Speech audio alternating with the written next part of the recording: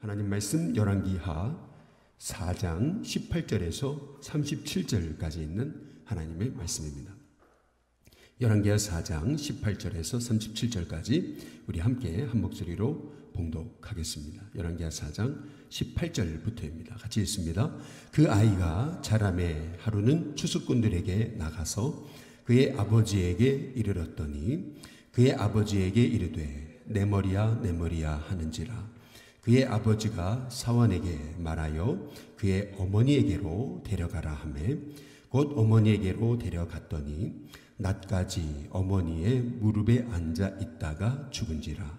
그의 어머니가 올라가서 아들을 하나님의 사람의 침상 위에 두고 문을 닫고 나와 그 남편을 불러 이르되 청하건대 사환 한 명과 나귀 한 마리를 내게로 보내소서.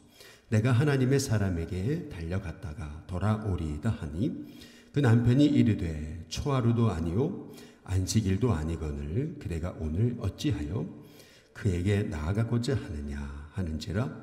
여인이 이르되 평안을 비나이다 하니라. 이에 나귀의 안장을 지우고 자기 사환에게 이르되 몰고 가라. 내가 말하지 아니하거든 나를 위하여 달려가기를 멈추지 말라 하고 드디어 갈멜산으로 가서 하나님의 사람에게로 나아가니라. 하나님의 사람이 멀리서 그를 보고 자기 사환 게하시에게 이르되 저기 수넴 여인이 있도다. 너는 달려가서 그를 맞아 이르기를 너는 평안하냐 내 남편이 평안하냐 아이가 평안하냐 하라 하였더니 여인이 대답하되 평안하다 하고 산에 이르러 하나님의 사람에게 나아가서 그 발을 아는지라. 게하시가 가까이 와서 그를 물리치고자 하매 하나님의 사람이 이르되 가만두라. 그의 영혼이 괴로워하지만은 여호와께서 내게 숨기시고 이르지 아니하셨도다 하니라. 여인이 이르되 내가 내 주께 아들을 구하더이까 나를 속이지 말라고 내가 말하지 아니하더이까 하니 엘리사가 게하시에게 이르되 내 허리를 묶고 내 지팡이를 손에 들고 가라. 사람을 만나거든 인사하지 말며 사람이 내게 인사할지라도 대답하지 말고 내 지팡이를 그 아이 얼굴에 놓으라 하는지라. 아이의 어머니가 이르되 여호와께서 살아계심과 당신의 영혼이 살아계심을 두고 맹세하노니 내가 당신을 떠나지 아니하리이다. 엘리사가 이에 일어나 여인을 따라가니라. 게하시가 그들보다 앞서가서 지팡이를 그 아이의 얼굴에 놓았으나 소리도 없고 듣지도 아니하는지라.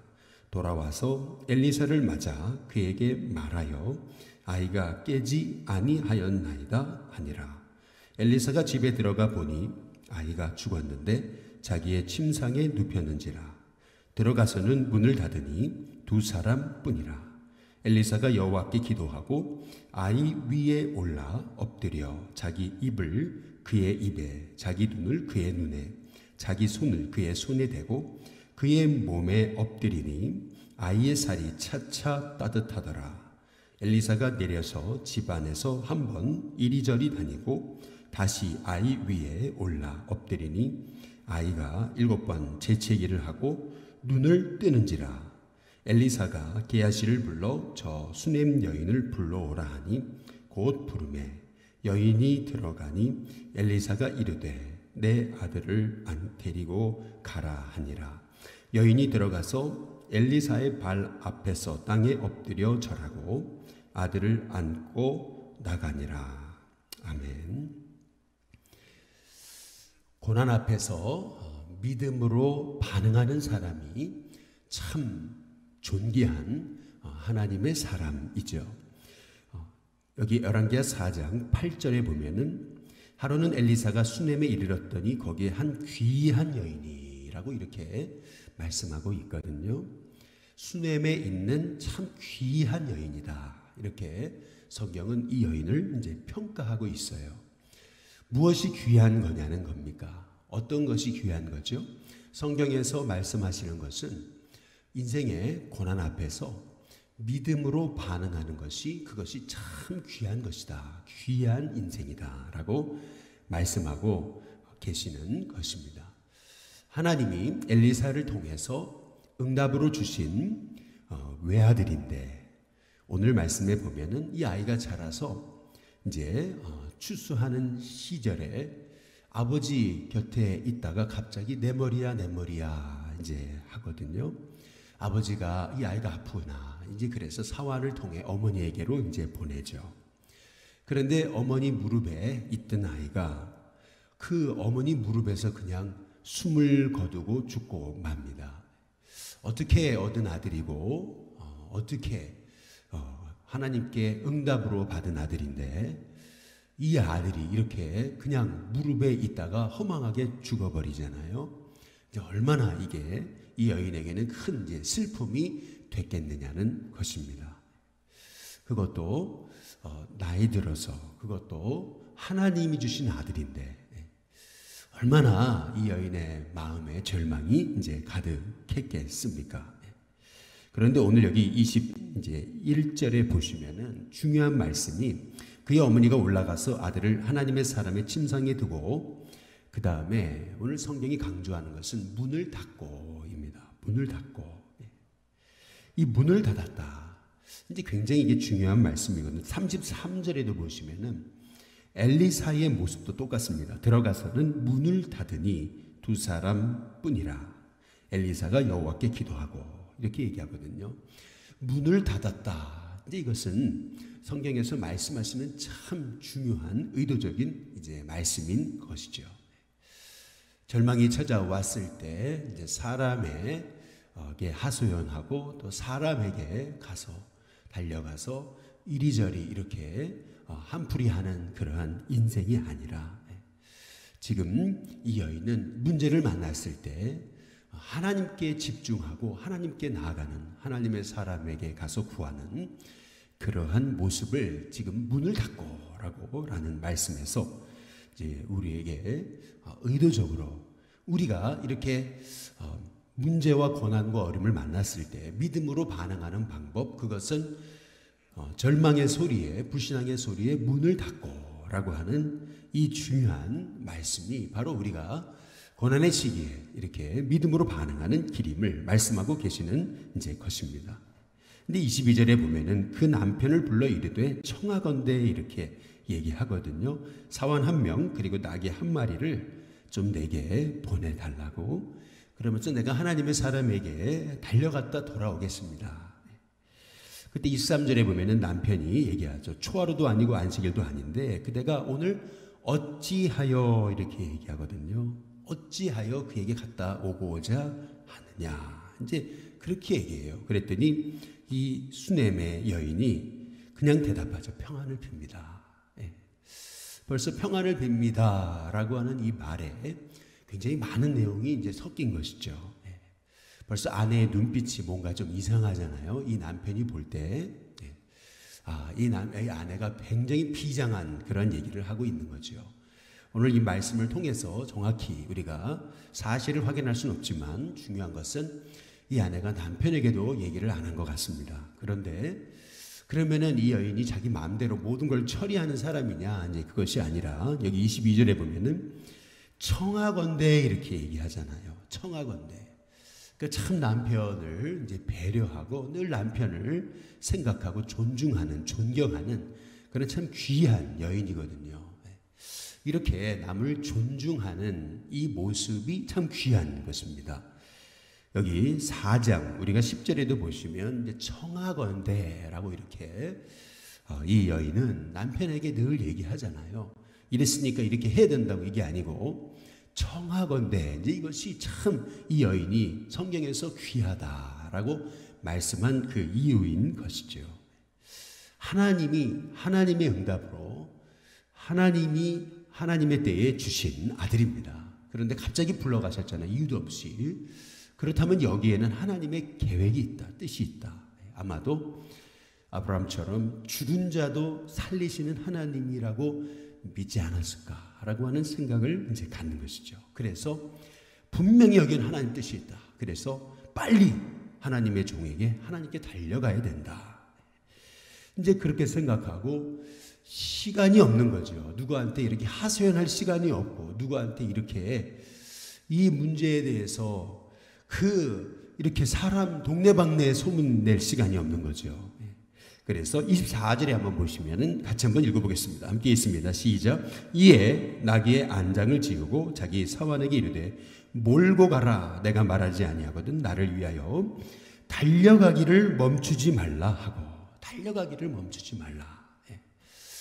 얼마나 이 여인의 마음이 얼마나 이렇게 급하기도 하지만 용의주도한지를 우리가 이제 볼 수가 이제 있는 것입니다. 하나님의 사람은요, 정말 집중해야 될 때 이제 집중하는 거죠. 이 여인은 지금 이 아들을 이제 잃고 어떻게 자기가 한눈 팔 수 있습니까? 하나님의 사람에게 어떻게 걸어갈 수 있겠습니까? 달려가는 거죠.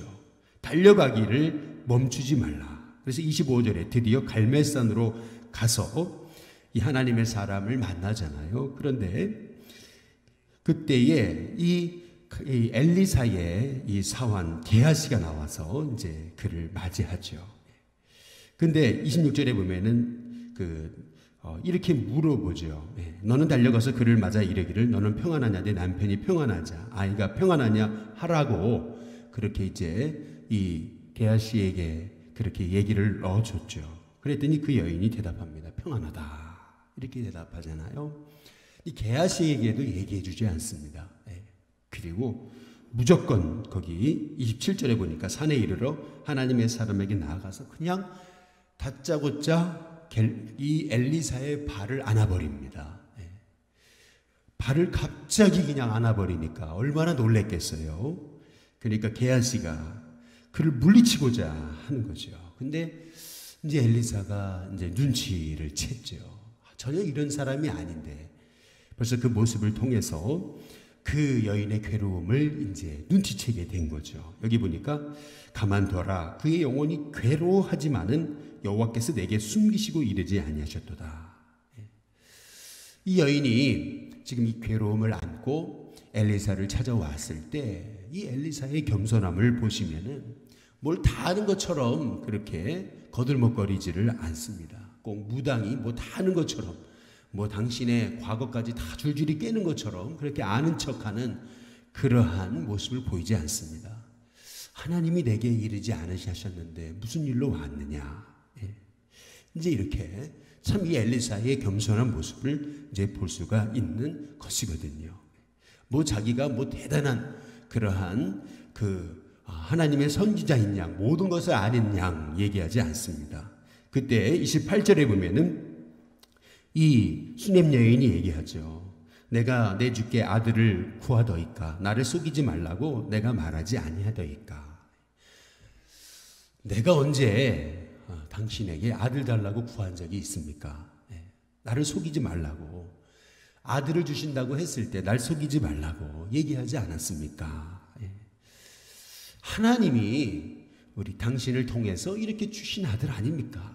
근데 어떻게 이렇게 불러갈 수 있습니까?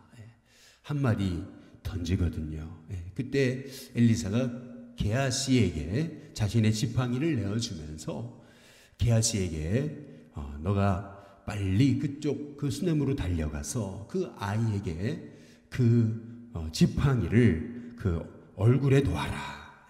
가되 인사도 하지 말고 사람들하고 말도 하지 말고 말도 섞지 말고 달려가서 그렇게 아이의 얼굴에 놔라.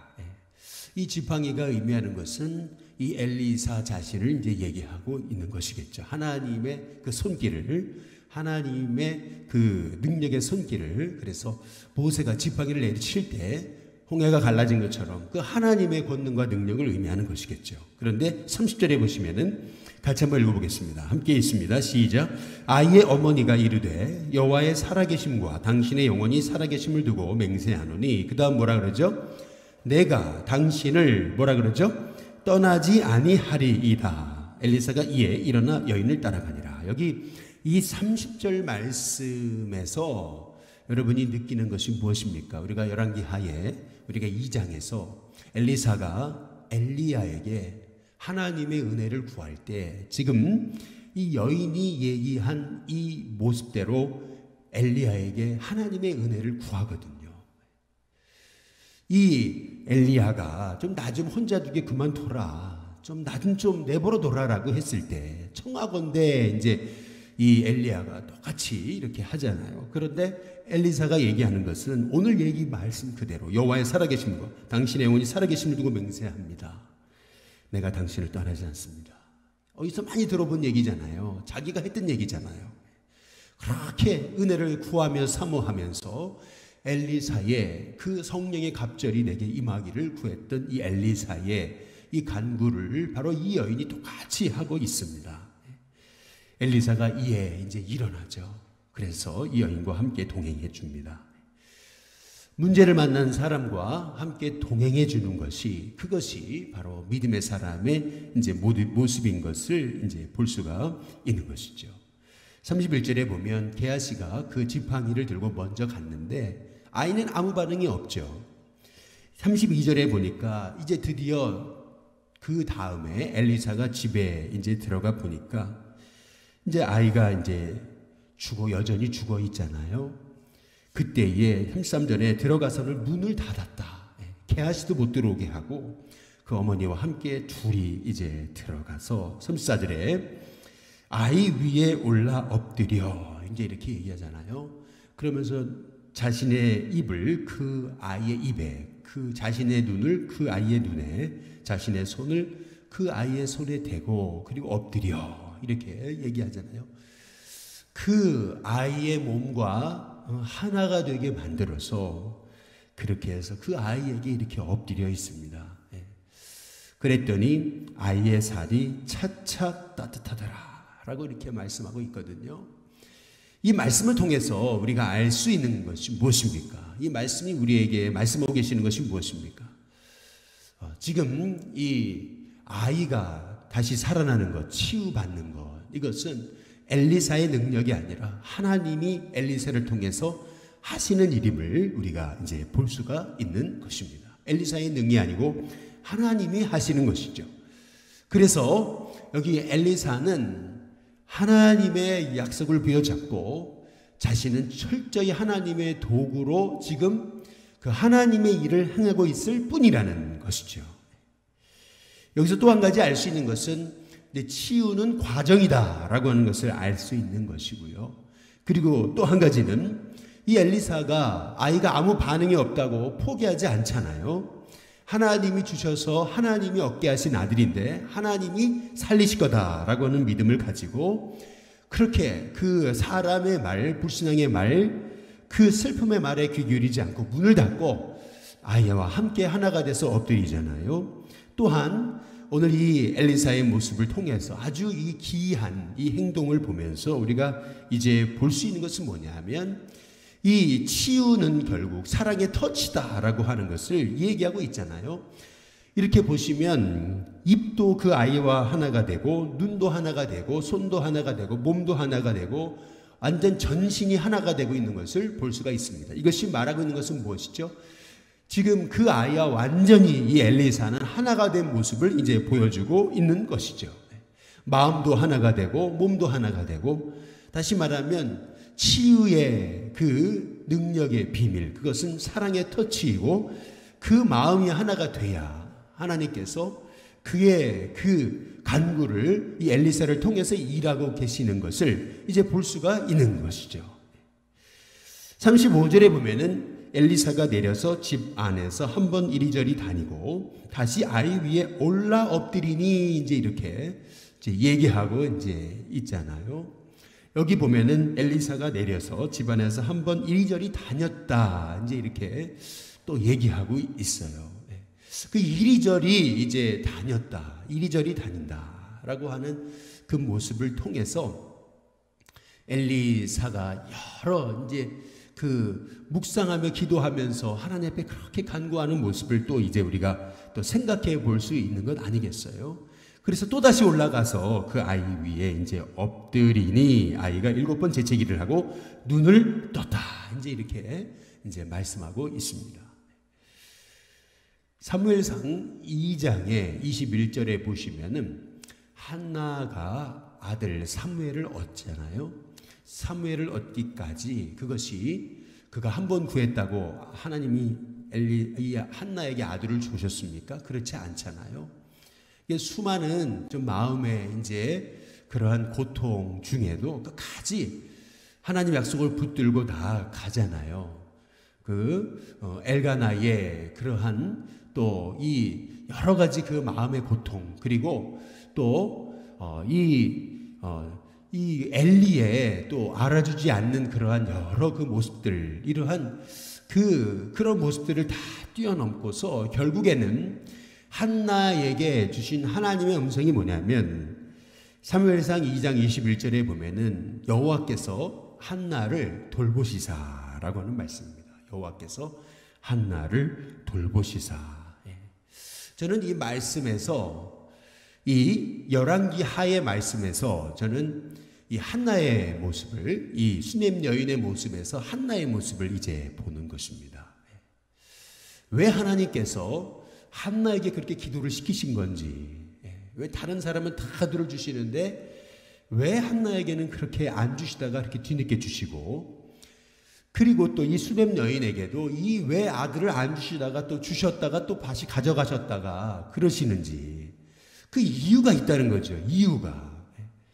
그 이유가 뭐냐면 사무엘 시대도 그랬고 한나 시대도 그랬고 수넴 여인의 시대도 그랬고, 지금 왕들이 얼마나 불순종하고 하나님께 우상숭배하고, 또 한나 시대에도 그 홈리와 비느하스 같이 엘리의 아들들이 얼마나 그 불순종하고 그렇게 얼마나 시대가 어두웠습니까? 그 어두운 시대에 하나님께서는 하나님의 뜻을, 하나님의 살아계심을 나타내시려고 한나라고 하는 여인을 택하신 거고, 그리고 여기 수넴 여인이라고 하는 사람을 택하셔서 지금 이 모든 일들을 통해서 하나님 살아계심을 드러내시고자 하나님께서 이 가정, 이 여인을 택하셨고 또 이 아이를 택하셨음을 저는 나타내고 계심을 보는 것이죠. 그래서 한나를 돌보셨다라고 하는 이 한마디 말씀을 통해서 오늘 여기 수넴 여인을 돌보셨다라고 하는 그러한 말씀으로 우리가 적용해 볼 수 있다라고 하는 것입니다.